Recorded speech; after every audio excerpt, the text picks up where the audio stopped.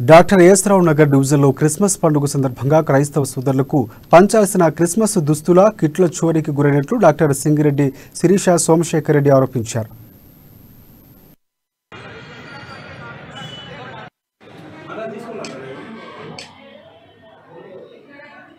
ఈ రోజు అంటే నిన్న సాయంత్రం మేము మరి ఒక క్రిస్మస్ వేడుకలలో పాల్గొనడం జరిగింది. ఆ క్రిస్మస్ వేడుకలలో పాల్గొనే సమయంలో మాకంటే ముందు అక్కడ వచ్చిన మాజీ కార్పొరేటర్ పావని రెడ్డి గారు మరి గవర్నమెంట్ ఇస్తున్న కిట్లు ఏవైతే క్రిస్మస్ కిట్లు ఉన్నాయో అవి పంపిణీ చేస్తుండడం మేము చూడడం జరిగింది. సో ఇక్కడ మా వాదన ఏంటంటే ఈ రోజు తెలంగాణ గవర్నమెంట్ డబ్బుని మరి తప్పు ముఖం పట్టిస్తున్నట్టు, లేకపోతే తెలంగాణ ప్రభుత్వ ప్రాపర్టీలు దొంగతనం అవుతున్నాయనే ఒక మేము ఆకాంక్షతో అంటే లైక్ ఒక కంప్లైంట్ ని కుషావుడ పోలీస్ స్టేషన్ లో ఇవ్వడానికి వచ్చినాం.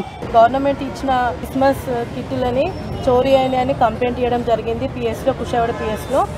దీని ఉదాహరణ ఏంటంటే నిన్న మేము క్రిస్మస్ వేడుకలకి వెళ్ళడం జరిగింది. నిన్న ఈవినింగ్ అక్కడ మా ప్రణయం లేకుండా ప్రోటోకాల్ ప్రకారం మేము ఇవ్వాల్సిన కిట్లు ఎవరో టీఆర్ఎస్